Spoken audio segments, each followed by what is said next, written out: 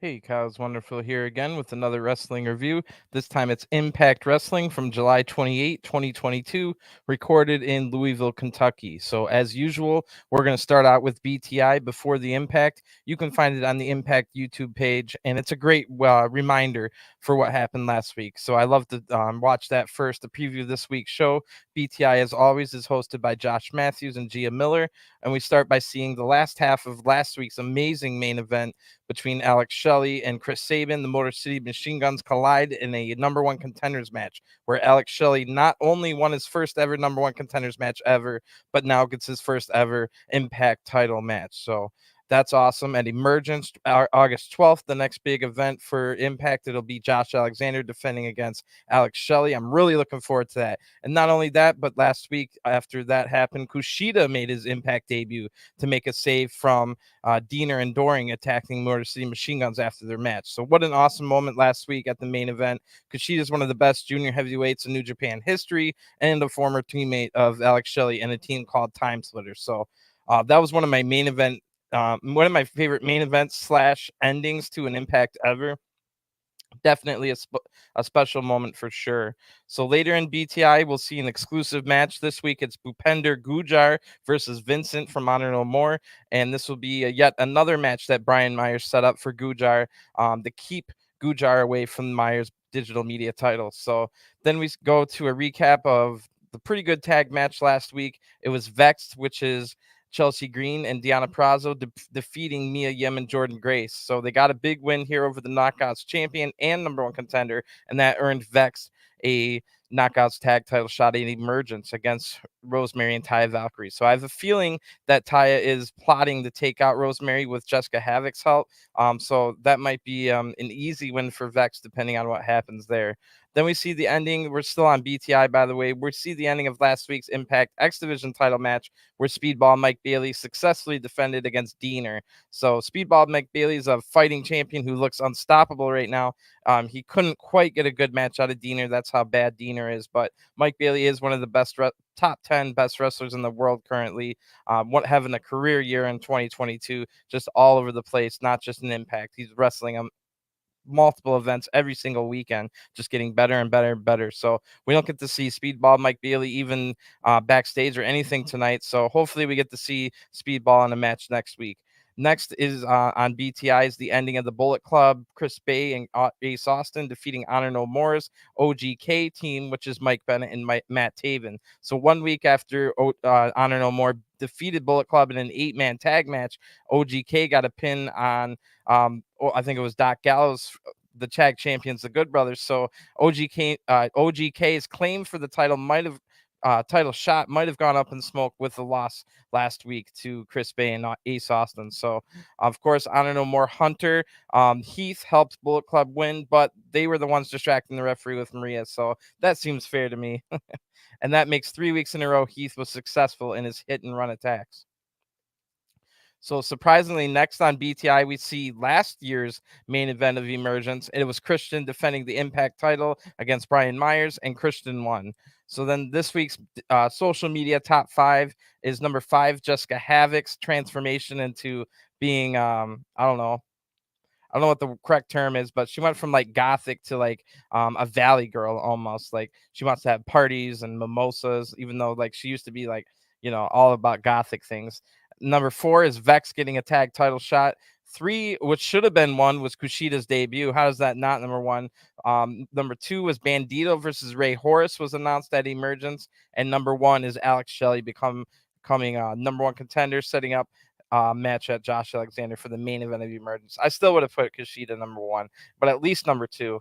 Our clapback moment for the week is the Chelsea Green tweeting Jordan Grace after their match last week. Chelsea said, "I hope that lipstick was smear free," with a attached gif of Chelsea stomping Jordan's face right into the bottom turnbuckle. Pretty funny there.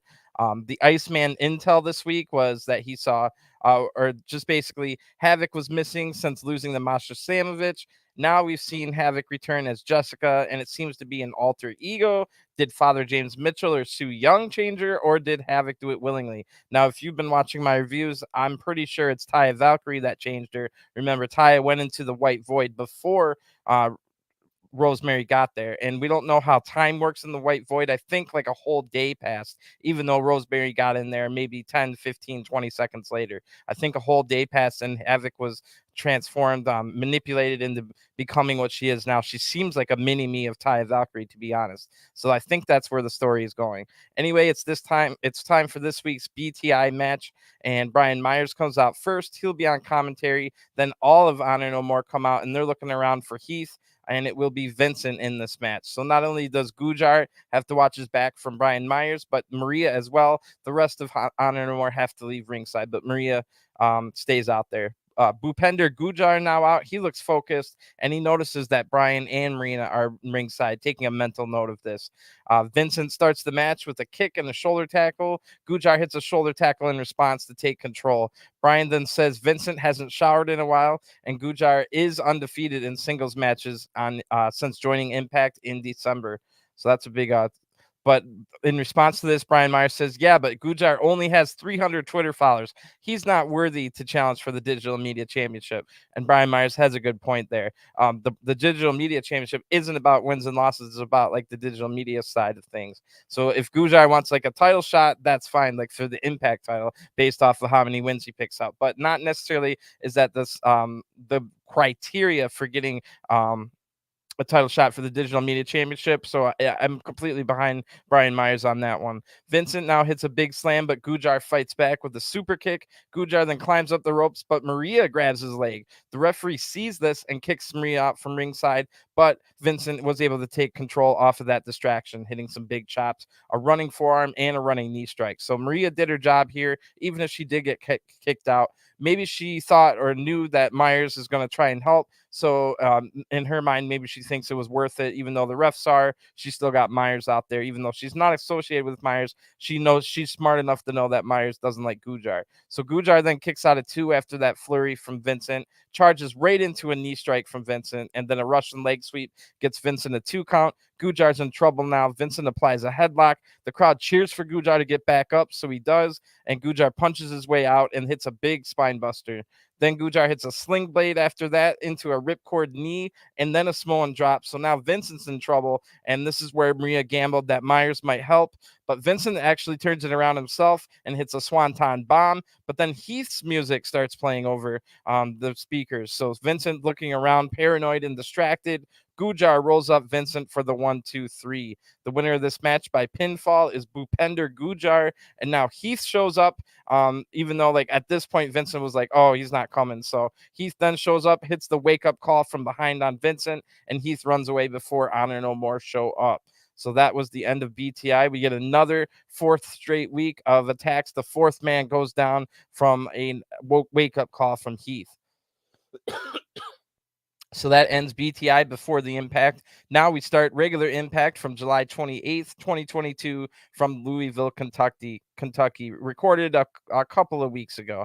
So we start with an epic, and I mean epic, highlight video showing the history of the Motor City Machine Guns, then the main event from last week, and the debut of KUSHIDA. What a great video to start out this week's episode. After that video, Honor No More's music hits, and the entire faction comes out. Vincent's gotten to his street clothes in about 3 minutes since his BTI match, I note here. Obviously, it's not... it's tape delayed and all that stuff, but that made it look really weird because I don't know. Anyway, then this is going to be a singles match, weirdly. Eddie Edwards in singles action next, and his opponent with the Bullet Club music hits now, and it will be Ace Austin. So Ace Austin versus Eddie Edwards starts us off on Impact this week. Ace Austin comes out with Chris Bay, and only Kenny King stays ringside with Eddie Edwards. So Chris Bay and Eddie Edwards do have a history. Chris Bay was like one of his mentors was Kenny King, and keyword there was not anymore. So the leader of Honor No More, Eddie, versus the newest member of Bullet Club, Ace Austin here, and the crowd is 100% in support of Ace Austin in this match. So Ace turns his back on Eddie right at the beginning, and which is a mistake, as the match starts with Eddie now attacking from behind. Ace then fights back with a drop toe hold and an arm drag into an arm bar. Ace pulls a playing card out and gives a paper cut across the fingers of Eddie. That always looks even if it's not real, it's just real enough looking for me to go like, ooh, because that's just I'd rather take a chop from like Gunter or something than one of those paper cuts from Ace Austin. So Eddie bails the ring now, and Ace does an amazing flip on the apron to avoid any attacks. And by flip, I mean should have said flips. It was about 4 of them right in a row. Eddie kept trying to attack the legs from outside onto the apron, and Ace just kept avoiding it with flips. Kenny King's now eventually Eddie got kicked in the face, by the way. Kenny King's on the outside, and he distracts Ace Austin long enough for Eddie to attack from behind. Eddie gets Ace back in the ring and wears him down across the ropes. Then Eddie hits a atomic drop suplex combo for a 2 count. The crowd's now cheering for Ace to fight back, but Eddie stays in control anyway with some big strikes and chops. Ace turns it around with a roll-up for a 2, and now Ace is all fired up. He quickens the pace, hits a big drop kick, but Eddie comes back with a Manhattan drop to counter. Ace then throws Eddie out of the ring. He wasn't too affected by that Manhattan drop, and Ace hits a beautiful Fosbury flop from the ring to the outside, landing right on Eddie. That was great. Always love a good Fosbury flop. Now Kenny is telling Eddie to get up. Back in the ring, Ace hits a springboard leg drop. Another great move here, and the crowd's chanting, "Let's go, Ace." Kind of like when Tanahashi's out there, "Go, Ace." So anyway, Eddie has then comes back with a backpack stunner and almost wins the match off of that move. And Ace is definitely going to have to be careful because Eddie is dangerous. Ace then counters a Boston knee party and hitting Destino now on Eddie. I don't know what he calls it, but it's also the Sereno del Sol. But anyway, Ace counters a Boston knee party, hitting that. And then Kenny knows Eddie is in trouble now. So he gets up on the apron right after that Destino hit. And Chris Bay takes out Kenny, gets in the ring, and dives out to Kenny. So both men now are ejected from ringside from the referee or by the referee. Ace then hits a spin kick, but Eddie counters into a charge. Counters a charging Ace into an overhead suplex right into the turnbuckles. That looked nasty. So Ace hit a spin kick, charged in, but Eddie just hits an overhead suplex into the turnbuckles. After that, we go to an ad break, and when we come back, Eddie is in control, hitting big strikes while maintaining wrist control. Ace tries to fight back with some forearms, but Eddie ducks under a nice-looking springboard kick and destroys Ace with a lariat. So Ace then ducks under another Boston Tea Party attempt, and Ace hits the springboard kick he wanted earlier. This gets a really close 2.9 count. Almost the win there. So both men have almost won now. The crowd's cheering for Ace Austin to end it, but Eddie counters a Chaos Theory into a power bomb. Right after that, Eddie hits the Tiger Driver, and somehow Ace finds the will to kick out of this, but Eddie just comes right back with the Die Hard Driver for the 1, 2, 3. The winner of this match by pinfall is Eddie Edwards, and wow, mostly a clean win here without a ton of cheating. You could say there was a little bit earlier on, but a long time had gone by, and Eddie just wins on his own, basically. I'm not the kind of guy that'll usually complain about wins or losses very much, but this decision's a little bit baffling. Surely Ace Austin's the bigger star and clearly the future here, so I can understand him losing if it was like directly from cheating, but this wasn't really directly from cheating. This was just to make Eddie Edwards look good. So I don't know what they have planned for Eddie Edwards, but maybe he's going to get a title shot coming up soon. And hopefully he doesn't win it. Been there, done that. You know, nothing against Eddie Edwards. He's just kind of like, we've already seen his story play out in Impact. This whole current story with Honor No More, yeah, that's the next step because he would be like desperate now kind of deal. But still, it doesn't mean you should be putting him in the title matches. But as long as he doesn't win the title, we're fine. Later tonight, it's going to be Josh Alexander against Shira in a non-title match, weirdly. But we do find out why later on. And then Kushida in his first Impact match ever will take on Rich Swann. And they don't tell us here, but that ends up being the main event. So that made me really happy. Kushida in the main event tonight in his first ever Impact match. So in the back now, Heath is trying to leave the arena, but he's stopped by Gia Miller. And she asks what he's doing. And Heath says, I tried to do it the right way, but you have to fight dirty against people with no honor. So I have to use guerrilla tactics, and I'm going to hit all of them with the wake-up call.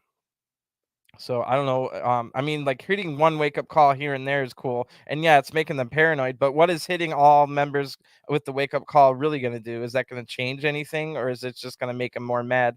Like I said, it does make them paranoid going forward, but he's going to need to do something other than just hitting wake up calls and running away each time. So when we come back from an ad break, we find out the reason why Josh Alexander wasn't the one to save Motor City Machine Guns from the Dean Doring attack. Instead, it was KUSHIDA. But when we saw Josh Alexander, he was watching on the TV because it was the number one contendership match for his title. So when he saw the attack, he went to go help, and then we never saw Josh Alexander again for the rest of Impact. Well, now we get the footage of what happened and why he wasn't there. So Josh runs like we left off right where we last saw Josh. And then when he turns the corner, he bumps into not only Shira, but Raj Singh as well. So Shira gets mad about this and attacks Josh Alexander in the back. This was last week when Josh Alexander was trying to go save Motor City Machine Guns. So that was pretty interesting. Now live, Josh Alexander is with Gia Miller, and Josh says, I'm the Impact champion. Challengers are trying to knock me out from all sides. I just beat the undefeated big Joe Doring. I can't back down from a challenge. So Alex Shelley interrupts now. He walks up and interrupts, and Alex Shelley says, well, you might have beaten a lot of big guys, but being the best is about skill and technique. I'm the smartest and most technical wrestler on the roster. Sorry, I didn't mean to interrupt. So over here, Josh Alexander talking about how he beat Doring, and now that he's going to fight the big 260-pound muscly Shira, and Alex Shelley coming over to remind him, well, that really isn't going to help you against me. I've got skill, technique, speed, experience. I like that kind of just short, sweet, good promo by Alex Shelley. So now Larado Kid's making his way to the ring, and we're told it's going to be a tag team match. And the announcers say that Larado will team with an old rival who he respects. So I wasn't quite sure who it was going to be, but then Trey Miguel makes his entrance. So he will be partners with Larado Kid. They have had battles in the past over the X Division title. So now it's time for my weekly plea to say that we please need X Division tag titles. I would be awesome. Please. Thanks. And I laughed out loud because I'm writing that about X Division tag titles, thinking this was going to be an X Division tag match. But nope, Laredo Kid and Trey Miguel will take on Johnny Swinger and Zicky Dice. I laughed out loud when that happened. So we see earlier in the back why this match was set up. Johnny Swinger was thinking that Laredo Kid is just Bob Seger. Yes, Bob Seger, the old from like the 80s and 70s singer Bob Seger. So he thinks Laredo Kid's Bob Seger in disguise, and Seger owes Johnny Swinger money. So he was trying to get money out of Laredo Kid here, but Laredo Kid says something in Spanish, and Trey Miguel translates for Laredo, telling Swinger that he said, go away, leave me alone. So Trey Miguel and Laredo Kid bonded over telling Swinger to go F off. That's funny. So that's what sets up them being a tag team now. And Zicky Dice and Trey Miguel will start this match. Zicky hits a move and yells Viva la Raza, which all the Mexicans in the crowd really hated. You know that. So then then Trey tries like a 619 type maneuver. It's a little bit different than a 619, but the same premise where you swing your legs out of the ring back into a guy on the apron or on the ropes. But Trey Miguel hits the camera super hard and almost falls on the move. That was botched. But Swinger then pulls Zicky Dice out of the ring. Then they go into their fanny packs and they put masks on. The only way I could describe them is maybe they look like Demolition.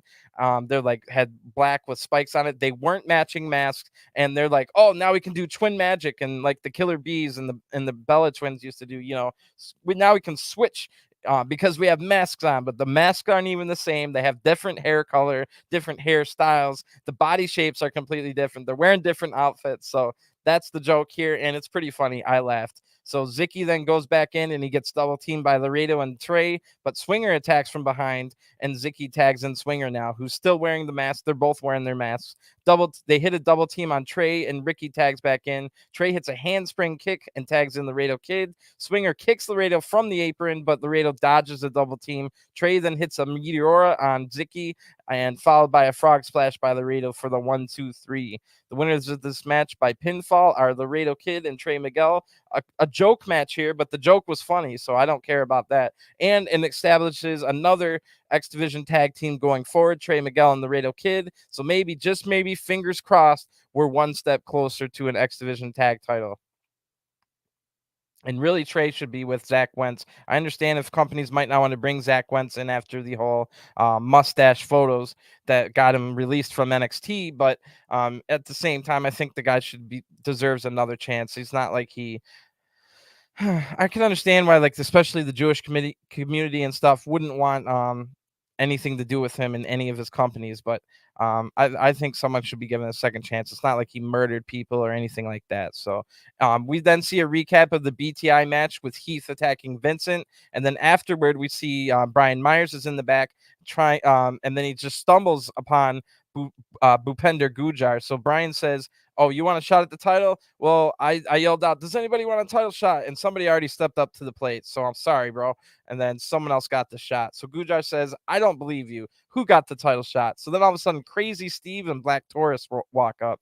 And Steve says, "It's Black Taurus. There's not a man on this roster besides yourself that accepts a match from Black Taurus." So Brian says, well, Scott D'Amore has to approve it. And then Scott D'Amore just happens to walk by and says, "Match approved." And Brian's now scared, and he would have rather faced Bhupinder Gujjar, but it's too late for that. So that's a pretty funny joke that you don't see that happen in wrestling too often. Usually it just would have been Scott D'Amore saying Gujjar gets the title shot, but here we are. He has to fight someone. He was ducking and avoiding a guy, and now he has to fight someone even scarier. So that's hilarious to me.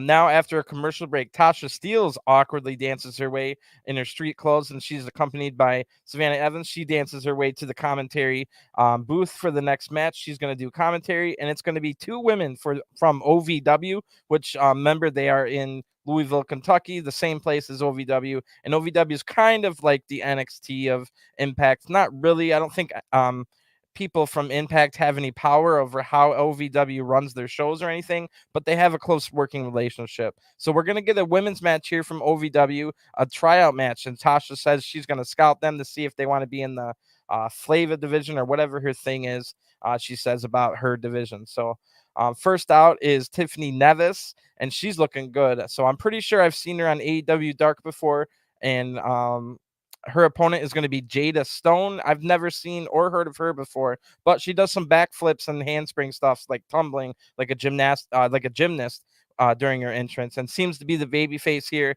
Tiffany's the heel, and Tiffany's much taller, but Jada might have the strength, and we just saw that she's good at agility. So Tiffany starts strong with a scoop slam and pulls the braids of Jada. She's got some long red braids and a red outfit as well. Her outfit looked pretty good with her red braids. Tiffany does great. Looks great. She's also got a great looking outfit.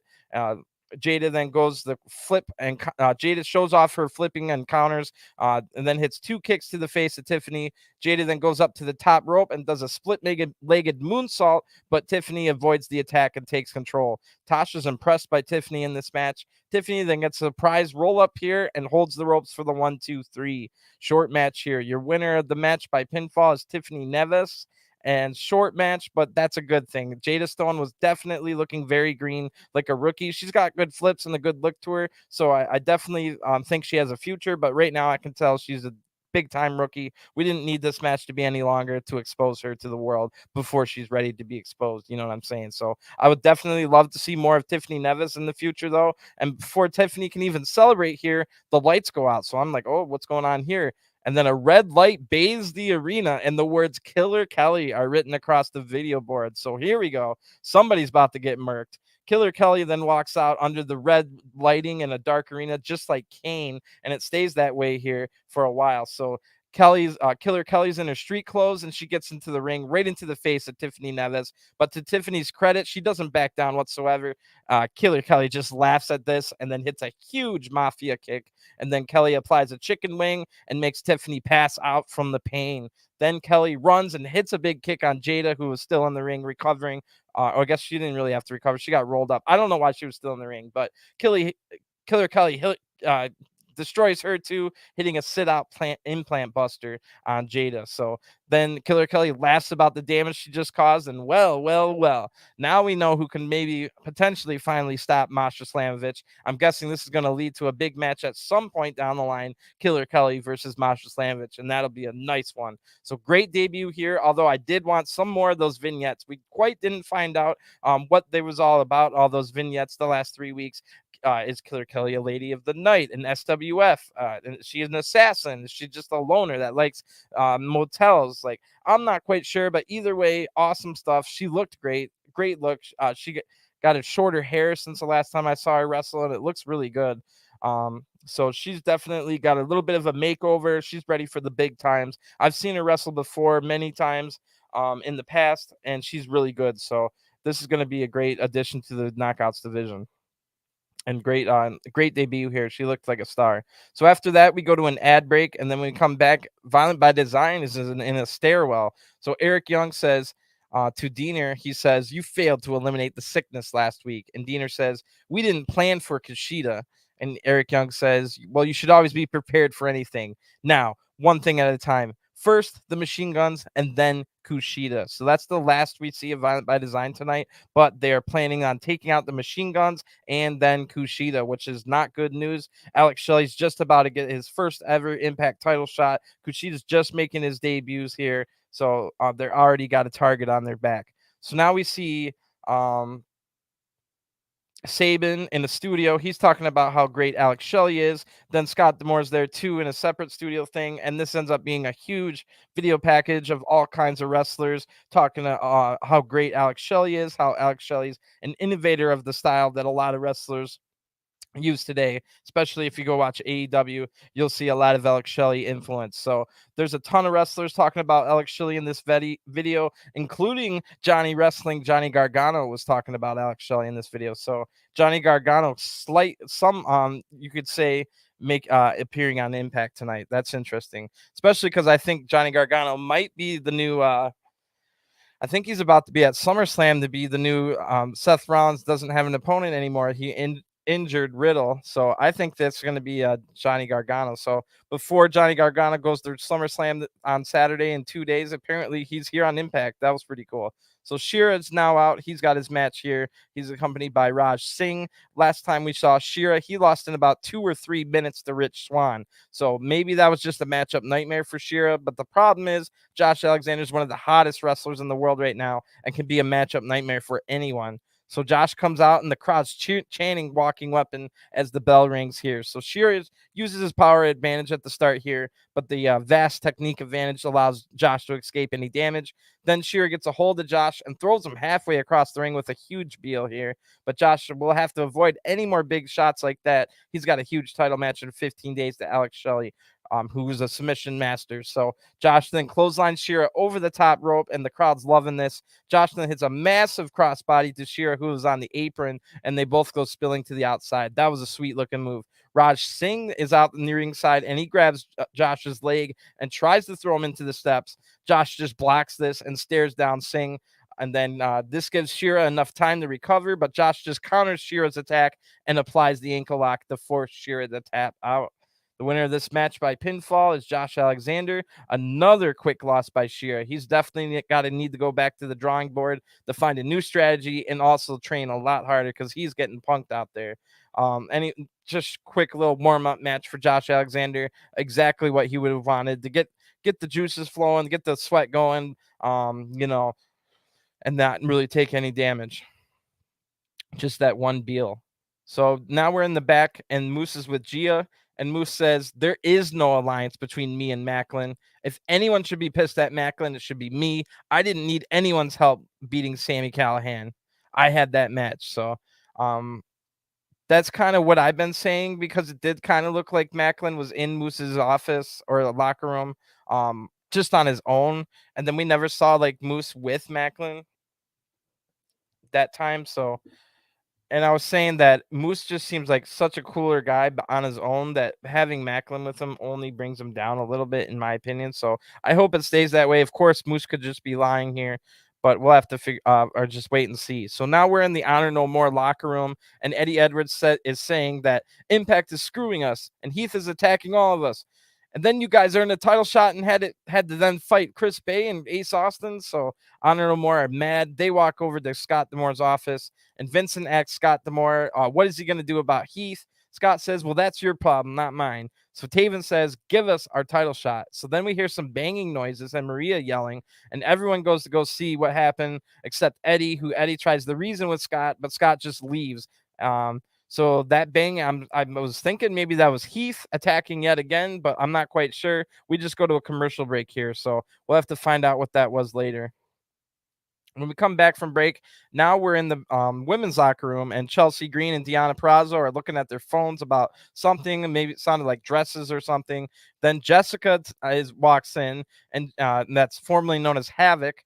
And Jessica says, "Oh, I'd love to party with you guys." But then Rosemary walks in and yelling at Jessica not to wander off as if she was like an animal or something. And then Jessica says, "What's the issue here?" So Rosemary says, "We're defending our tag titles against them. That's the issue." And Jessica tries to go back once they leave, and she says, "I want to party with you guys. Give me your number." And then Taya drags Jessica away. So the new Jessica here, formerly known as Havoc's pretty funny. She's like the exact opposite of the old Havoc. She likes pink and girly things and partying and mimosas. Like usually she was all about the gothic life. So the entire that is, if this was just some random chick doing this gimmick, it wouldn't be funny. But the fact that it's Jessica Havoc, and we've seen Havoc doing like the whole opposite gimmick of this for so long, that actually makes it funny. But like I said, I don't need to reiterate again, but I'm pretty sure Ty is behind Jessica turning into this way. Jessica's basically a mini Taya Valkyrie if you think about it. So back in the ring now, it's Raj Singh and Shira are still out there. So Raj says that this is a travesty. Josh Alexander should be disqualified. I'm not leaving until there's justice. So I don't know what he could be talking about, because Raj Singh was the one trying to cheat. So anyway, the lights go out, and then when they come on, Sami Callihan is in the ring. Sami hits a cactus driver 97 on Raj Singh, and then grabs the microphone and says, "Hey Moose, I heard what you said. And to be honest, I don't care if you and Macklin are together or not. Both of you have a date with the Death Machine." So Sami Callihan putting out his shot here, and he doesn't. I hope that means that Macklin's not with Moose, but we'll have to find out. Maybe they'll now come together because they both have a common enemy. I'm not quite sure. So now it's time for the awkward every week Ric Flair highlight of the week, where we get to see all the people from Impact's past that aren't here anymore. So this time it was a pretty iconic moment. So Ric Flair is in the ring with Beer Money, Desmond Wolfe, Frankie Kazarian, and AJ Styles. This is the formation of Fortune. And it's also the famous woo-off between Jay Lethal and Ric Flair, one of the most iconic moments in Impact history. So this week was pretty cool. We got to see the woo-off there. So once that finishes, in the back with Gia Miller is Mia Yim. And Mia says, "I came back to Impact to show the world that I can still go with the best and the baddest. And I'm even better than I was before. Jordan Grace, you're a great champion. But at Emergence, you'll see why I'm the HBIC." And then the interview glitches out, and they have to go to the announcers because it like went and then it stopped working. So it goes to the announcers. They start telling us, "Oh, sorry about that. I don't know what happens." And then they glitch out too, and it says loss of video with the like. So that was kind of weird. And I'm like, what's this all about? So then we see Scott D'Amore. He's running in the back frantically, and Honor No More are messing with the production truck, and they're the ones causing the glitches here. So now we go to a commercial break as Scott's yelling at them. And that was pretty cool. Definite NWO vibes without being a complete ripoff. And it makes sense. Scott D'Amore was not going to help them at all. So Honor No More are now desperate. And I guess that banging we heard earlier was not Honor No More getting ready to storm the production truck or get already started. So that's interesting. So we'll have to see how that goes. When we come back from break, we find out right away because Scott D'Amore is still yelling at Honor No More next to the production truck. Scott says, "You guys have gone too far. I'll have to explain to the network why the show went off the air." And basically, Honor No More say they want a title shot. So Scott says, fine. At Emergence, you can have a 5 versus 5 Honor No More versus Bullet Club 5 versus 5 tag match. And if you get the win, you get your title shot. But if you lose, you have to disband as a unit. So, wow. Either title shots for Honor No More or they're going to be broken up. There's a possibility they could get broken up because I know, like, Vincent, for example, was at the ROH Death Before Dishonor pre-show. So maybe Vincent and some of the other guys are going to go back to ROH or stuff like that. So that could be a possibility, or they just end up winning and get their title shot. So I wonder who the 5th member of Bullet Club will be. Most of Bullet Club is busy with G1 in New Japan after New Japan. G1's going to keep going past when Emergence is. So all those guys in G1 are going to be busy. My guess, it would be Hikuleo. We've seen Hikuleo join up with them before, so that would be my guess as the 5th Bullet Club member, but we'll just have to wait and see. Maybe we'll find out in the next week or so. We've got 2 more impacts before Emergence happens on August 12th. So next week, we're told what the matches are on Impact. It doesn't quite look as good as what it's been, but maybe it'll end up being a good storyline type show. But next week, it'll be Rosemary versus Deonna Purrazzo and a little preview of the Knockouts tag title match that they'll have at Emergence. And that should be interesting. We'll probably see more of the Jessica Havoc stuff. That'll be pretty funny. Then Brian Myers has to defend his digital media championship against Black Taurus. And I'm not quite sure what to expect out of that one, but maybe Bhupinder Gujjar won't be too far behind.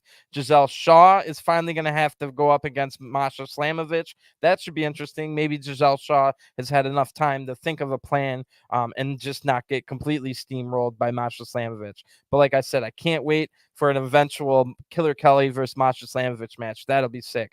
So then also it'll be PCO versus Doc Gallows. Should be a pretty decent match. Seems like PCO can have a good match with anybody. Doc Gallows isn't really a good match guy. He's more of a character that you like to have behind this, like in the backstage segments and stuff like that. So if PCO is able to get a good match out of Doc Gallows, then we really know that PCO is one of the best in the world right now. And I'm not just blowing smoke. So it is main event time already. They gave it plenty of time. It'll be KUSHIDA's debut Impact match in the main event. So Rich Swann makes his entrance first, and he dances his way out to the ring, full of confidence here. So KUSHIDA comes out next, and I got goosebumps hearing his music here in Impact last week and this week as well. So this match should be great. I'm definitely glad KUSHIDA got the main event spot.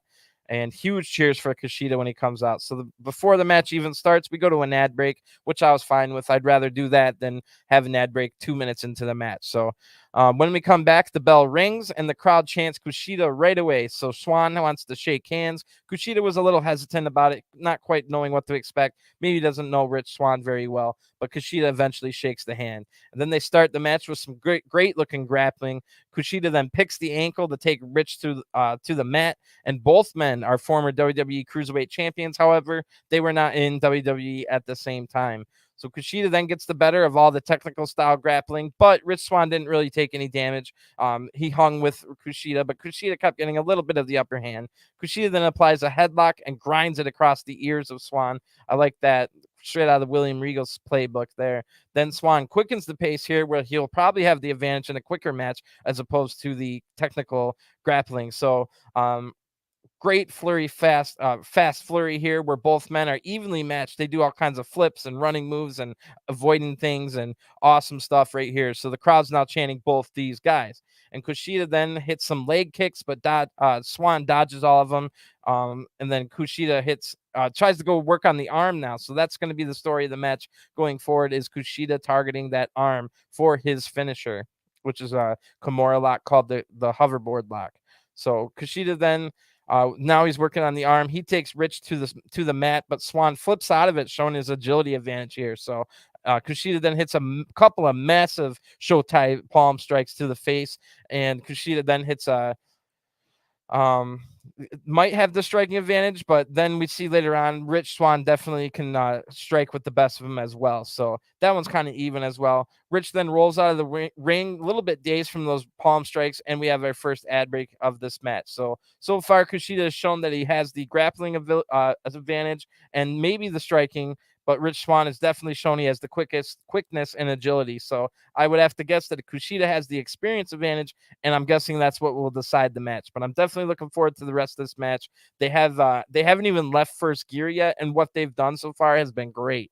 So after the break, KUSHIDA's now in full control, and it's gone in the second gear since we've been gone. KUSHIDA then hits a big knee strike and has Rich on the mat.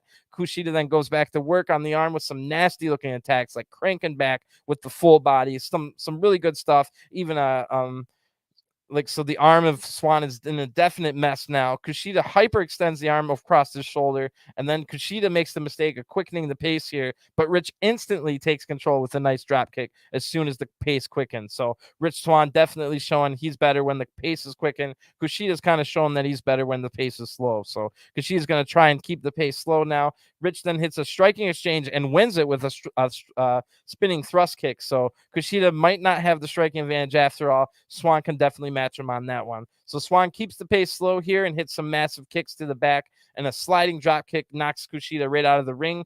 Rich Swann goes out to follow him, but Kushida was ready for him with a chop. Rich tries to chop back, but Kushida ducks it, and Rich chops the ring post hard on that arm that was already being worked on. So Rich Swann's arm has to be destroyed now if it wasn't already. Back in the ring now, Swann takes back control, hitting some corner mounted punches. Kushida's now on his back hitting inoki kicks, but Rich Swann's able to keep control anyway and apply a chin lock as the crowd now rallies behind Kushida. This wills Kushida to his feet to strike out. Now they both have hit a running crossbody at the same time, and they're both down. Once they get back up, Kushida hits some big kicks and quickens the pace here. Kushida hits 3 big running strikes in a row and then goes back to the attacking the arm. Kushida takes Rich to the mat and applies an armbar. Kushida has the arm fully extended now, but Swann is able to get to the ropes in time.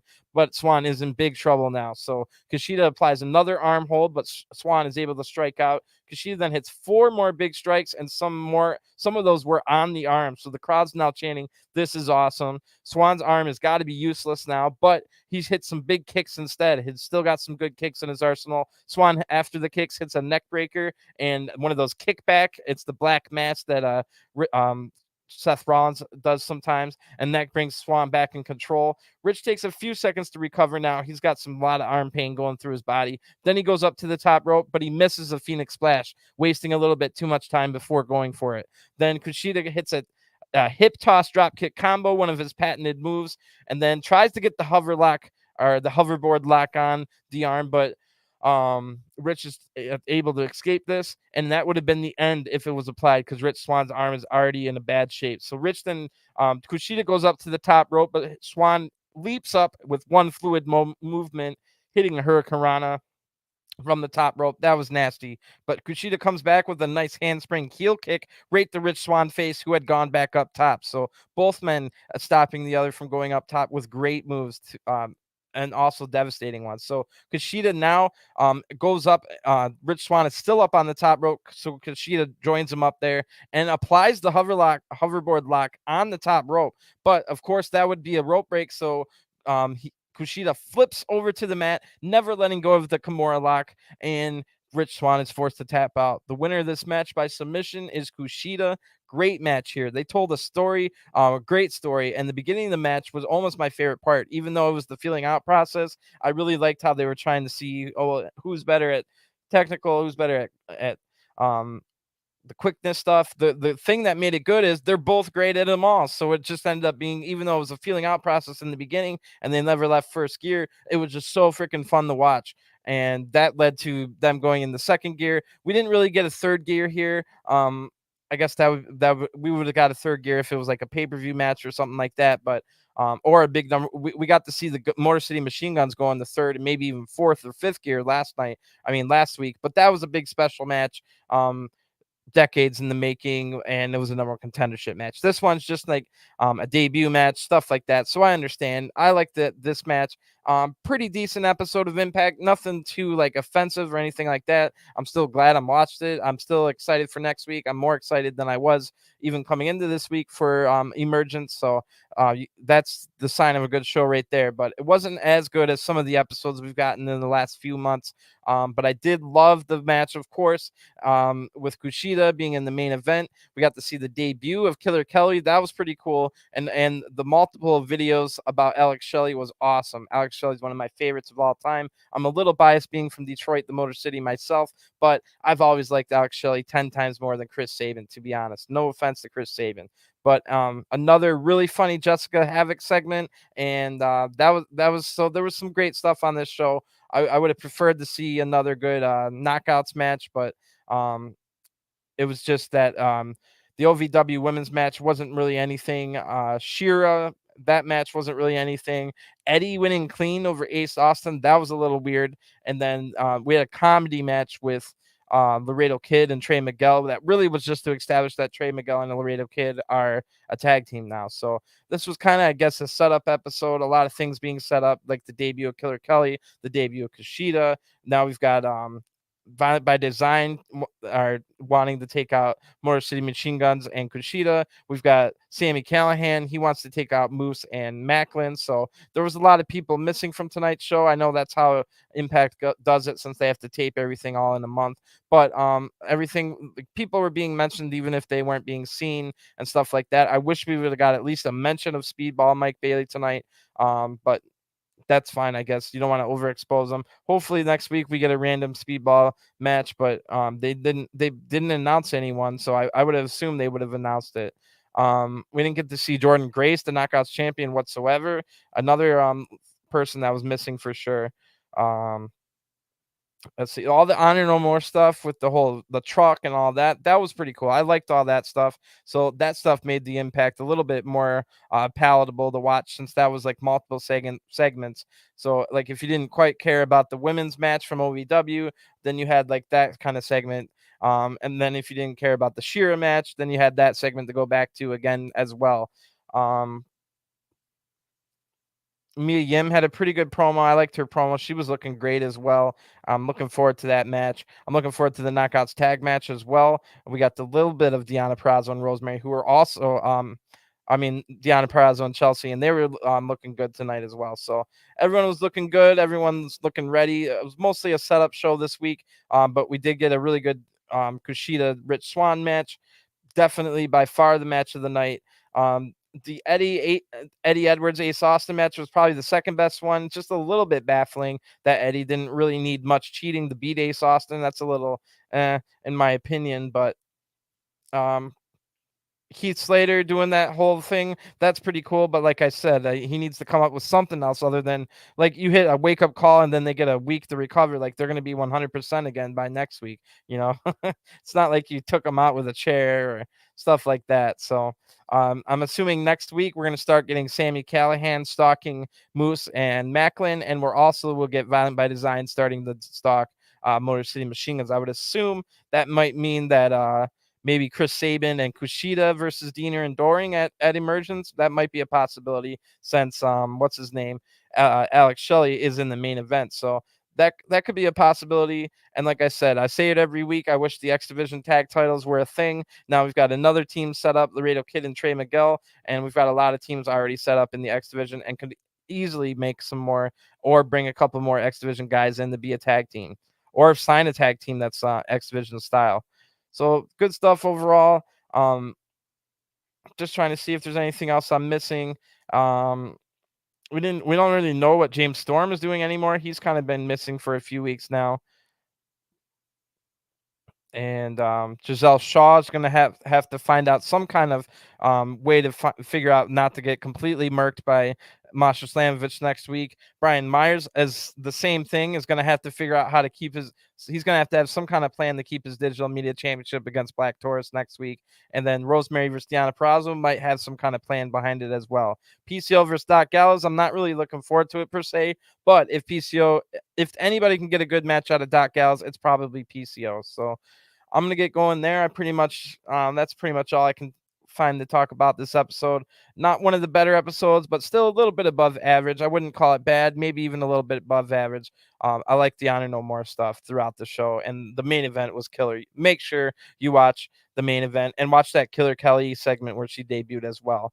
And then I like the Jessica Havoc stuff. So if you're in the funny stuff, watch that Jessica Havoc thing. So I'm gonna get going. I'll talk to you guys next week with more Impact reviews, and of course I'll be here on August 12th for Emergence. Have a great day or night, and I'll talk to you guys real soon. Peace.